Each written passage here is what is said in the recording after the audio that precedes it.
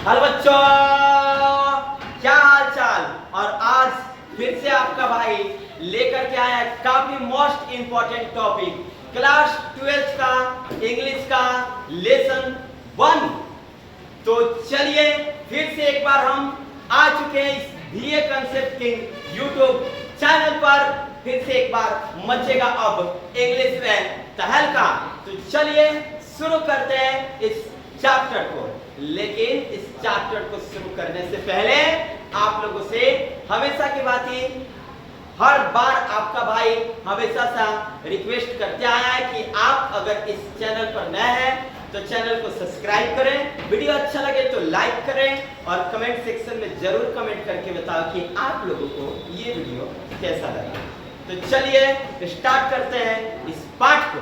जैसा कि आप देख रहे हैं, ये बिहार बोर्ड क्लास 12 का समरी है इंडियन सिविलाइजेशन एंड कल्चर का, जिसके ऑथर हैं आप हैं महात्मा गांधी, हमारे राष्ट्रपिता national father Mahatma Gandhi.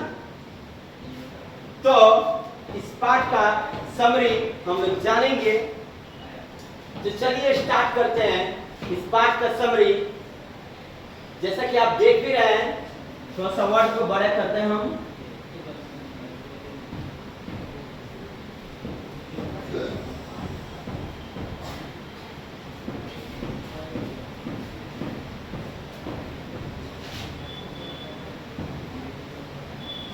Yes, ये आप लोग को दिख रहा होगा ना पक्का। तो चलिए स्टार्ट करते हैं। इंडियन सिविलाइजेशन एंड कल्चर, भारतीय सभ्यता और संस्कृति। इंडियन सिविलाइजेशन एंड कल्चर, भारतीय सभ्यता और संस्कृति। तो चलिए काफी मस्त तरीके से, जबरदस्त तरीके से इस पाठ को शुरू करते हैं। पाठ को शुरू करने से पहले मैं आप लोग को बता दूं कि इस पाठ के लेखक ऑथर जो हैं महात्मा गांधी जी हैं और इनका जो जन्म हुआ है 2 अक्टूबर 1869, 2 अक्टूबर 1869 एंड इनका जो देहांत हुआ था एक हत्यारे के द्वारा, जिसका नाम है नथुराम गोडसे, 30 जनवरी 1948 को हुआ था। मैं फिर से आप लोगों को बता दूं कि महात्मा गांधी जी born in, Mahatma Gandhi ji born in और 2 अक्टूबर 1869 and died 30 January 1948. And Mahatma Gandhi born in Gujarat, state name is Gujarat and town name is Porbandar, Gujarat के पोरबंदर और राजकोट में हुआ था। तो इस तरह से ये था इनके बारे में कुछ महत्वपूर्ण जानकारियां। अच्छा, इनके माता जी का नाम और पिताजी का नाम और पत्नी का नाम। तो इनके पिताजी का नाम मोहनदास करमचंद गांधी था। माता जी का नाम आप लोग को पता है क्या? What is name of Mohandas Mahatma Gandhi और मदर्स नेम? महात्मा गांधी जी की माता जी का नाम क्या था? पुतली बाई। और इनके पत्नी का नाम कस्तूरबा गांधी। तो महात्मा गांधी जी जो थे, इनके पिताजी का नाम मोहनदास करमचंद गांधी और माता जी का नाम पुतली बाई और पत्नी का नाम कस्तूरबा गांधी। ठीक है, तो चलिए स्टार्ट करते हैं इस वीडियो को काफी जबरदस्त तरीके से, मस्त तरीके से, अच्छे ढंग से। तो चलिए समरी को स्टार्ट किया जाए। जैसा कि आप देख रहे हैं, Indian civilisation and culture has been written by Mahatma Gandhi. Indian civilisation and culture, Indian civilisation and culture has been written by Mahatma Gandhi. मतलब भारतीय सभ्यता और संस्कृति के जो पाठ के लेखक हैं वो महात्मा गांधी हैं। Indian civilisation and culture has been written by Mahatma Gandhi. भारतीय सभ्यता और संस्कृति के जो पाठ के लेखक हैं वो महात्मा गांधी हैं। आगे कहते हैं इन दिस इसे, अच्छा ये इसे एन इसे Indian civilization is an essay. Indian civilization is an essay. Indian civilization is an essay. Indian civilization has been written by Mahatma Gandhi. Mahatma Gandhi full name of Mohandas Karamchand Gandhi. इस बात को याद रखना है, ठीक है। तो Indian civilisation has been written by Mahatma Gandhi और Indian civilisation is an essay। Okay, मतलब यह एक निबंध है। यह क्या है? निबंध है। He described the importance of Indian civilization। उन्होंने इस पाठ में जो भारतीय सभ्यता है, संस्कृति है, उसका डिस्क्राइब किया, मतलब वर्णन किए।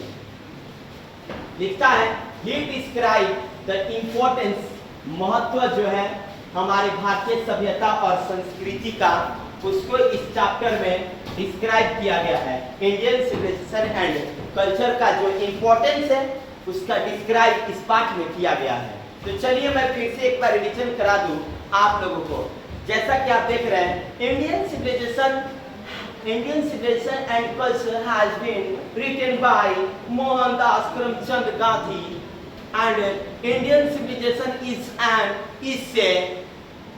Indian civilization is an essay, and in this lesson Mohandas Karamchand Gandhi described importance of Indian civilization and culture। मतलब मोहनदास करमचंद गांधी जी जो है वो इंडियन सिविलाइजेशन और कल्चर का जो इंपॉर्टेंस है, जो महत्व है, उसका वर्णन किए हैं। आगे he says that Indian civilization has kept its basic character very safe till now। वो कहते हैं, कौन? Mahatma Gandhi. He says that Indian civilization has kept its basic character very safe till now। कहते हैं कि हमें ज्यादा से ज्यादा जरूरत होगी अपनी सभ्यता को कुछ सीमा तक बचाए रखने की, सीमित रखने की, है ना। इसके बेसिक जो कैरेक्टर है, चरित्र है, उसको हम लोगों ने, हम लोग के पूर्वजों ने भी बचा करके रखा हुआ है। कहते हैं it is unique and it can not be beaten in the world. Indian civilisation is an unique. Indian civilisation is an unique. Who is unique? Unique is only one. Indian civilisation is an unique. Unique means जो केवल क्या हो? एक हो, अकेले हो। Indian civilisation is an unique, it is not beaten in the world. इसको किसी भी देश के लोगों ने नहीं पीट पाया है। कैसे लिखा गया यहाँ पे? ध्यान देने बच्चों, सभी बच्चों को काफी महत्वपूर्ण बातें बताई जा रही है आप लोगों को। Indian civilisation and culture has been written by Mahatma Gandhi. Indian civilization and culture has been written by Mahatma Gandhi. Mahatma Gandhi, in this essay, he described about importance of Indian civilization।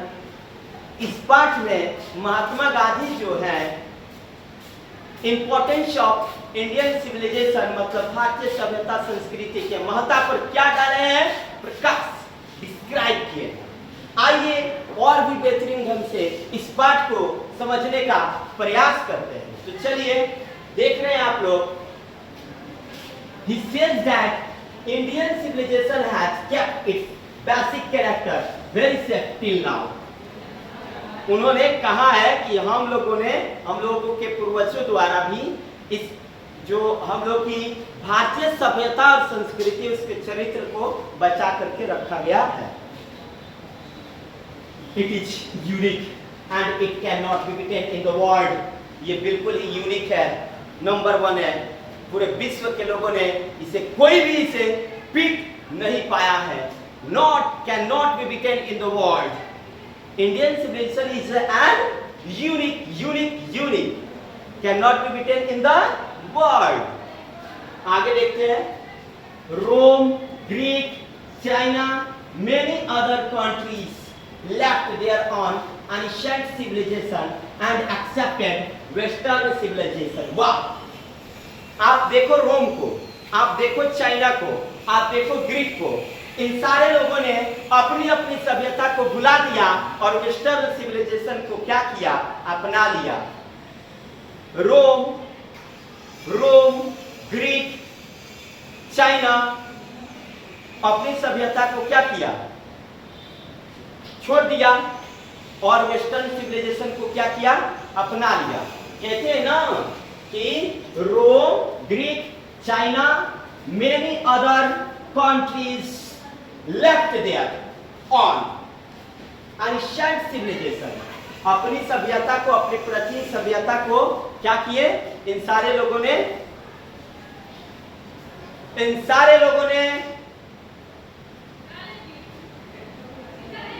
अपनी अपनी सभ्यता को छोड़ दिया और जिसको अपनाया वो कौन सी सभ्यता थी, western civilization.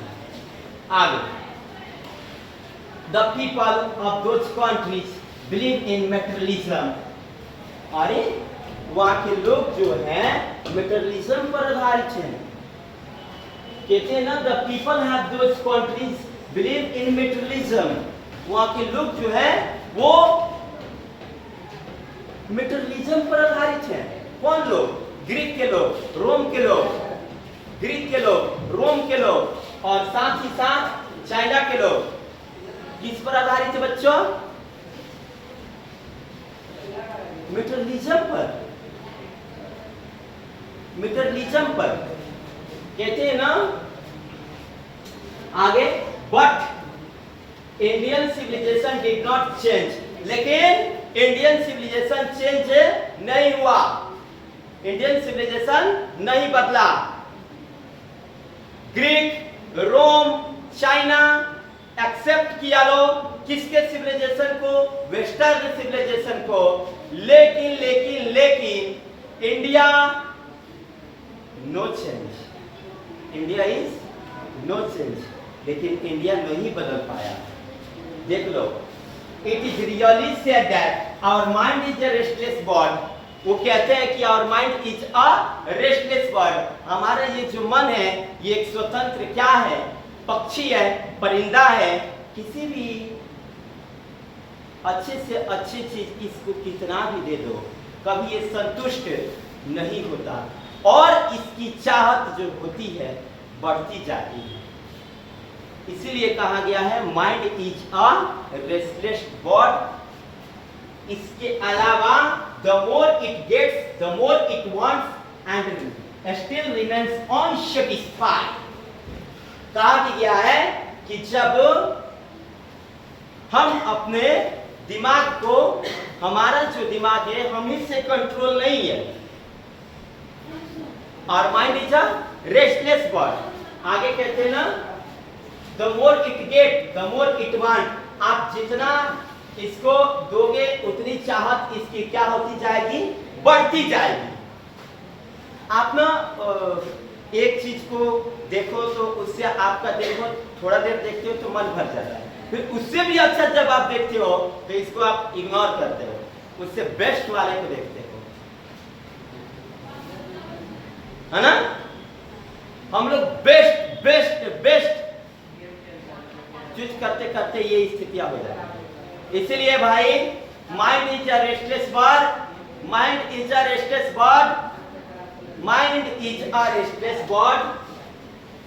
The more it gets, the more it wants and still remains unsatisfied. आप जितना इसको दोगे उतनी इसकी चाहत और भी क्या होती जाएगी? बढ़ती जाएगी। Our ancestor did not want to live in city. हमारे ancestor, Anish sir, please, this boy is silently come on this point podium. यहाँ पे लिखा है, Our ancestors did not want to live in cities. हमारे ancestors जो हैं वो नहीं चाहते कि हम लोग शहर में रहे। शहर के लोग ना गांव वाले लोगों को रोब करते हैं, शोषण करते हैं। शहर वाले अगर लोग जीते हैं ना, पता है भाई किसके बदौलत? हम गांव वालों की बदौलत। पता है, अच्छा अच्छा ब्रांड नाम पर बढ़िया बढ़िया बॉल लगाएंगे। वही चीजें जो हमारे गांव में मिलती है उसको उस बड़े बड़े घरों में खूब सुंदर सजा करके दिखाएंगे और कहेंगे आजा भाई सबसे महंगा यही है, ये ब्रांड है, और हम लोगों को ब्रांड के नाम पर ठग लेंगे। तो हमारे पूर्वज कहते हैं कि तुम शहर में मत रहो। Our ancestors did not want to live in cities. वो लोग नहीं चाहते थे कि हम लोग शहर में रहें। They believe in home rule. वे लोग घर के नियमों पर विश्वास करते थे। कौन लोग? हमारे पूर्वज लोग। हमारे पूर्वज लोग घर के नियमों पर विश्वास करते थे भाई। आगे, The Indians believe in restriction, but the people of Western countries believe in materialism and women desire etc. हम लोग जो है ना, हम लोग अपने आप पर भरोसा करते हैं, किसी के दबाव में भरोसा नहीं करते हैं। लेकिन वे लोग जो हैं, वे लोग ना मेटेरियलिज्म पर, वुमेन डिजायर पर भरोसा करते हैं, भौतिक चीजों पर, भौतिक चीजों पर भरोसा करते हैं, मानव के विश्लेषण करते हैं, है ना। लेकिन हम लोग आत्मनिर्भर है, अपने पर भरोसा करते हैं। आगे कहते हैं, at last he says that our civilization etc depend on restricting and want and self control. हम लोग आत्मनिर्भर है, सेल्फ कंट्रोल है ना। एंड भाई देखो यहाँ पे western civilization depend on human want. Western civilization मनुष्य की चाहत पर निर्भर है, और हम लोग जो है सेल्फ कंट्रोल है, सेल्फ डेनियल है। हम लोग सेल्फ डेनियल है, हम लोग क्या है? सेल्फ डेनियल है, हम लोग आत्मनिर्भर है। But Indian civilisation and Indian people only one self denial, and western civilization all of people depend on human wants. Human wants पर कौन लोग निर्भर है? वेस्टर्न सिविलाइजेशन के लोग। और सेल्फ डेनियल कौन है? इंडियन सिविलाइजेशन के लोग। तो चलिए इस तरह से ये समरी खत्म हुआ, लेकिन फिर भी आपका भाई एक बार फिर से रिपीट करने जा रहा है, आप लोग को ध्यान देना है काफी अच्छे तरीके से। क्या कहता है? Indian civilisation and culture has been written by Mahatma Gandhi. मतलब इंडियन सिविलाइजेशन और कल्चर को महात्मा गांधी जी ने लिखा है। इन दिस इस निबंध में ही डिस्क्राइब, वर्णन किया है The importance of Indian civilization. उन्होंने डिस्क्राइब किया है इम्पोर्टेंस ऑफ इंडियन सिविलाइजेशन, मतलब भारतीय सभ्यता संस्कृति के महत्व के बारे में। He says that, वो कहते हैं Indian civilisation has kept its basic character very safe till now. अभी तक इसकी जो कैरेक्टर है, चरित्र है, सेफ है, सुरक्षित है, मस्त है, जबरदस्त है। अभी तक it is unique and it can not B beaten in the world. ये यूनिक है, इसको विश्व की कोई भी सभ्यता नहीं पीट सकती है। Rome, Greek, China and many other countries lapped their on ancient civilisation and accepted western civilisation. मतलब चाइना के लोग, रोम के लोग, ग्रीक के लोग, इन सारे लोगों ने अपने प्राचीन सभ्यता को खो दिया और वेस्टर्न सिविलाइजेशन को अपना लिया, जिससे जिससे जिससे उनकी सभ्यता पिटा गई। अब देखो, the people of those countries believe in materialism. वहां के जो लोग है ना, वेस्टर्न सिविलाइजेशन के लोग, वे मेटेरियलिज्म पर आधारित है ना। भौतिक चीज है, अनैतिक चीज है, वो ज्यादा मतलब चाहते हैं, मेटेरियलिज्म चीज है। लेकिन हम लोग जो हैं तो इन सारी चीजों पर नहीं चाहते हुए हम लोग चेंज नहीं हुए, है ना। Indian people not be change. यहाँ पे बोला गया Indian civilization did not change, it is really said that our mind is a restless bird, the more it gets the more it wants. Mahatma Gandhi कहते हैं mind is a restless bird, the more it gets the more it wants. मनुष्य का ये जो दिमाग है ना, ये एक स्वतंत्र क्या है? परिंदा है, पक्षी है। इसको आप जितना दोगे उतना लेगा, और भी इसकी चाहत बढ़ती जाएगी, कभी संतुष्ट नहीं होगा, कभी संतुष्ट नहीं होगा। हम चाहते हैं कि हमारे पास, हम मनुष्य के पास एक खास चीज ये है, हमारे पास जो है उसको हम सेव नहीं करते हैं और भी अधिक लाने की कोशिश करते हैं। अरे भाई, आपके पास जो है उसको पहले आप सेव करो ना, फिर आगे के बारे में देना वाला तो ऊपर वाला है ही। तो जितना है उतना को सेव किया जाए, उसके बाद आगे के मिलने की चिंता मत करो, आगे मिलेगा।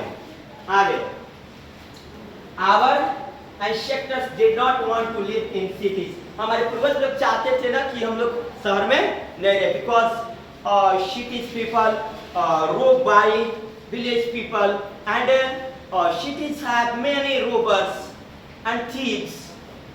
बहुत सारे डाकू चोर शहरों में रहते हैं जो लोगों को शोषण करते हैं। शहरों में ना वे सारी चीजें आपको अच्छी से अच्छी चीजें जितनी दिखती है वो ब्रांड नहीं होती, वे सारे के सारे हम गांव वालों को शोषण करने का क्या होता है, तरीका होता है। आगे कहते हैं, हाँ, हमारे एंसेस्टर्स लोग बिलीव करते हैं होम रूल पर। किस पर? होम रूल पर, घर के नियमों पर। The Indians believe in destruction, but the people of Western countries believe in materialism and human desire, etc. हम लोग जो है आत्मनिर्भर हैं, सेल्फ डिनियल है, किसी के प्रति दबाव पर नहीं जीते हैं। लेकिन वेस्टर्न सिविलाइजेशन के जो लोग हैं वे लोग हम मनुष्यों को शोषण करना जानते हैं। आगे, एट लास्ट में वो कहते हैं, he says that our civilization culture depend on restraining want and self control and self denial.